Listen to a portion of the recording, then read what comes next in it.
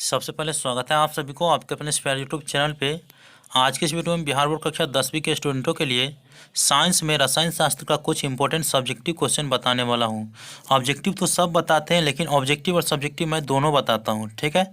तो इस वीडियो में ऐसे सब्जेक्टिव क्वेश्चन बताने वाला हूं जो आपके आने वाले एग्जाम के लिए बहुत ही लाभदायक साबित होने वाला है।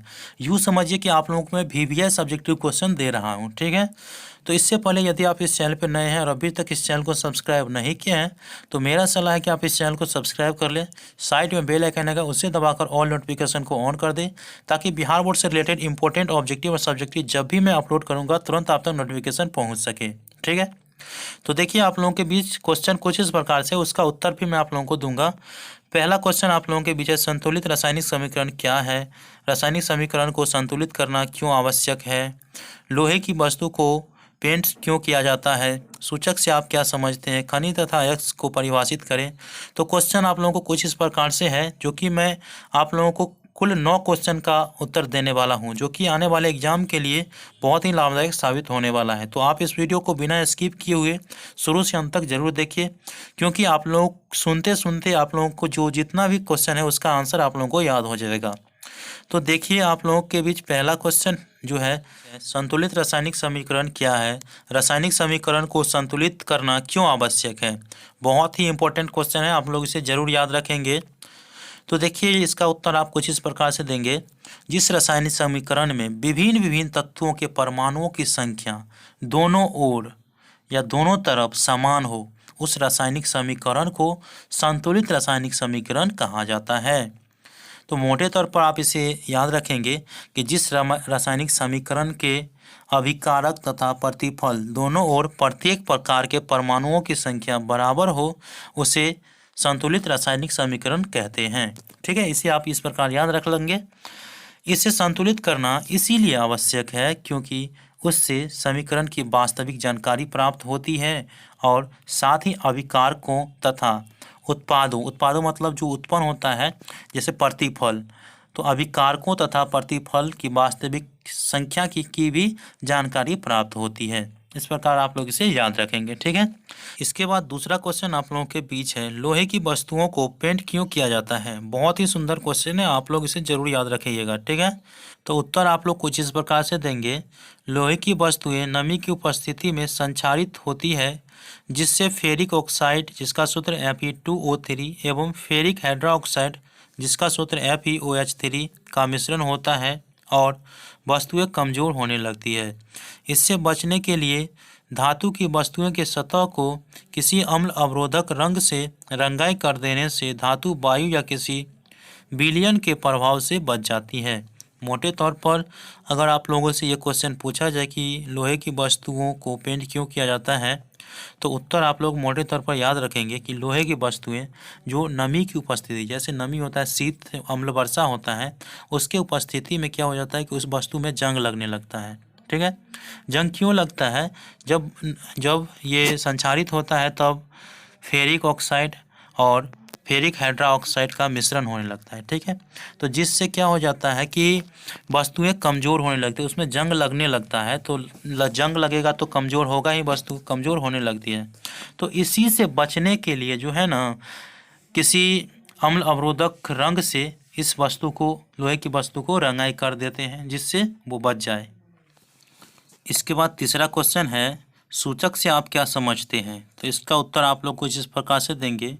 वैसे पदार्थ जिसकी उपस्थिति से अम्ल, भस्म और उदासीन विलयन का पता चलता है, उसे सूचक कहते हैं, जैसे लिटमस, मिथाइल ऑरेंज इत्यादि। सूचक रंजक या रंजकों का मिश्रण होता है, जिसका उपयोग अम्ल या क्षारक की उपस्थिति सूचित करने में होता है। तो मोटे तौर पर इस क्वेश्चन को आप लोग कुछ इस प्रकार से याद रखेंगे कि वैसे पदार्थ जिनकी उपस्थिति में अम्ल, भस्म, उदासीन विलयन का पता चलता है, सूचक कहते हैं। ऐसे मान लीजिए कि कोई सूचित करने वाला जो होता है ना, वो सूचक होता है। अम्ल, क्षार और भस्म को जो सूचित करता है वही सूचक होता है, ठीक है। ऐसे आप लोग इसे याद रखेंगे। तो उत्तर आप लोग इसे नोट डाउन कर लीजिएगा, ठीक है। चौथा क्वेश्चन है, खनिज तथा अयस्क को परिभाषित करें। बहुत इंपॉर्टेंट क्वेश्चन है। तो खनिज का आंसर आप लोग कुछ इस प्रकार से देंगे, ऐसे प्राकृतिक पदार्थ जिनमें धातुएं अपनी यौगिक के रूप में होती है खनिज कहलाते हैं। कैसे याद रखेंगे? वैसे प्राकृतिक पदार्थ जिनमें धातुएं अपनी यौगिक के रूप में होते हैं खनिज कहलाते हैं। ये अधिकांश रूप में प्रॉपर्टी में पाए जाते हैं। कहाँ पे? हम जहाँ पे रहते हैं हम लोग वहाँ पे पाए जाते हैं। कुछ खनिज समुद्री तल में भी पाए जाते हैं, जैसे नमक जो होता है वो समुद्री तल में ही पाए जाते हैं। ठीक है, तो जैसे NaCl, सोडियम क्लोराइड, इसके बाद यहाँ पे फेल्सपार, अब्रक इत्यादि जो होता है वो समुद्र तल में पाए जाते हैं। तांबा में पायराइट या क्यूपायराइट से प्राप्त होता है। कहाँ तांबा किससे प्राप्त होता है? तो पायराइट या क्यूपायराइट से प्राप्त होता है।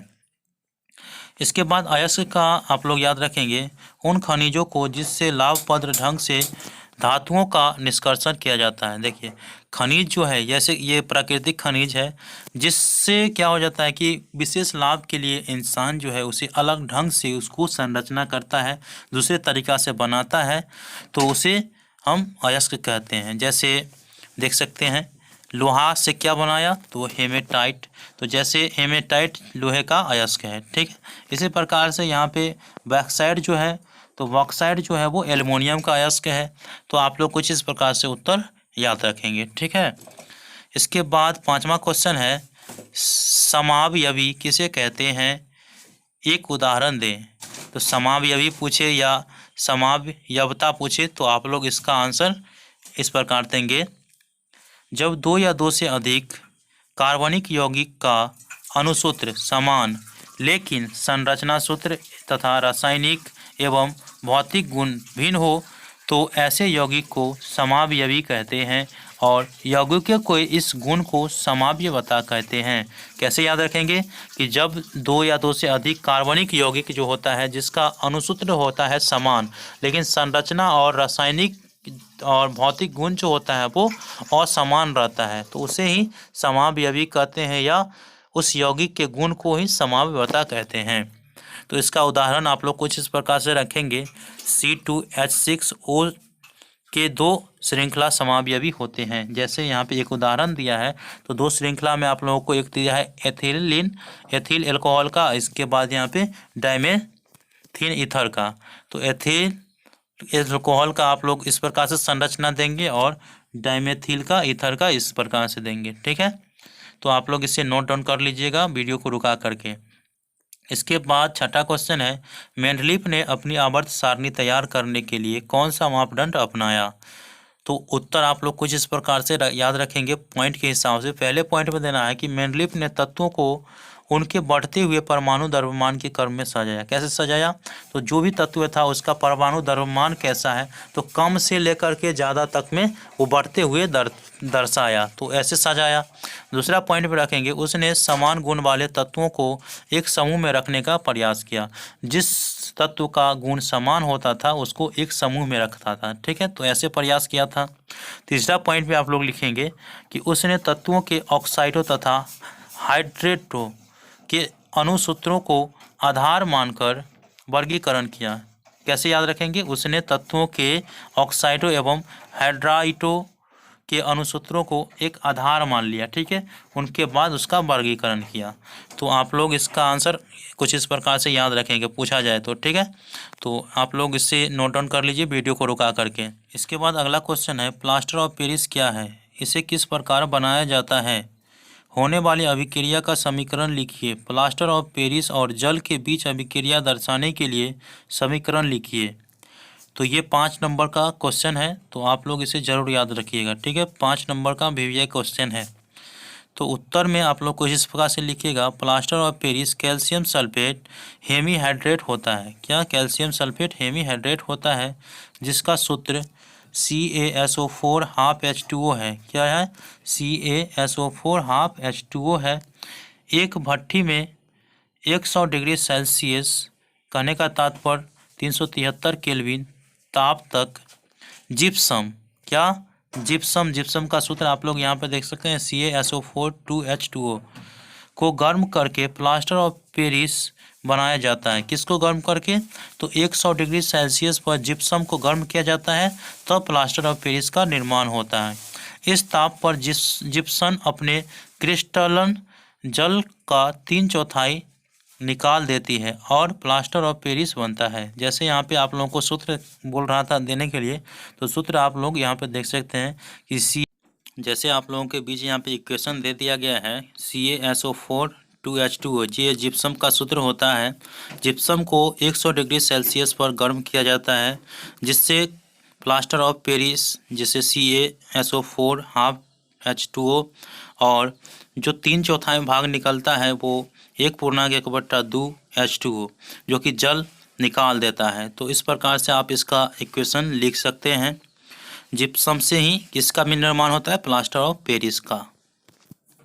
जब जल को प्लास्टर ऑफ पेरिस में मिलाया जाता है तब लगभग आधे घंटे में कठोर पदार्थ में सेट हो जाता है। प्लास्टर ऑफ पेरिस का सेट होना उसके जल योजन के कारण जिप्सम के क्रिस्टलों का बनना होता है, जो सेट होकर कठोर ठोस पदार्थ बनता है। तो ठोस पदार्थ जो बनता है वो कुछ इस प्रकार से आप लोग इसका आंसर देंगे कि CaSO4 half H2O plus 1 half H2O। इसके बाद इसका जो इक्वेशन बनता है CaSO4 2H2O, तो ये फिर जिप्सम के रूप में बन जाता है। ठीक है, तो कठोर पदार्थ के रूप में सेट होता है। तो आप लोग इसका आंसर 5 नंबर में कुछ इस प्रकार से देंगे, नोट डाउन कर लीजिएगा। देख सकते हैं आप लोग कुछ इस प्रकार से दीजिएगा। इसके बाद 8 नंबर क्वेश्चन है, लोहे के एक प्रमुख अयस्क का नाम एवं सूत्र लिखें। इस अयस्क का सांद्रण कैसे होता है? तो आप लोगों को इस क्वेश्चन का आंसर कुछ इस प्रकार से याद रखना है। इसे मैं बताने लगूंगा तो बहुत समय लग सकता है। तो लोहा का मुख्य अयस्क आप लोगों को अगर पूछा जाए तो कहना है हेमेटाइट। हेमेटाइट का सूत्र आप लोगों के बीच है Fe2O3H2O। तो ये आप लोग याद रखेंगे। इसके बाद ये फिगर आप लोग बना लीजिएगा जो यहाँ पे दिया गया है, और फिगर जैसे जैसे बनाया गया है उसका निर्देश यहाँ पे दिया गया है नीचे में। ठीक है, जैसे यहाँ पे देखिए बाथ में भट्टी चार्ज के रूप में निस्तापित अयस्क के 8 भाग, कोक 4 भाग और चूने का पत्थर 1 भाग का मिश्रण डाला गया है। तो आप लोग इसको अच्छे से नोट डाउन कर लीजिए अपने कॉपी पे। इसके बाद आप लोग को मिलते हैं, यहाँ पे रासायनिक समीकरण भी दिया गया है और इसका सांद्रण किस प्रकार से है यहाँ पे दिया गया है। ठीक है, तो आप लोग को इस प्रकार से याद रखना है। तो जानकारी अच्छा लगा तो वीडियो को लाइक करिए। अगर आप इससे और भी डिटेल में चाहते हैं तो मुझे कमेंट करिए कि डिटेल में और बताइए, तो मैं आप लोगों को डिटेल में बताऊंगा। तो जानकारी अच्छा लगा तो वीडियो को लाइक करिए, चैनल को सब्सक्राइब करिए। मिलते हैं अगले वीडियो में, तब तक के लिए धन्यवाद। जय हिंद, जय भारत।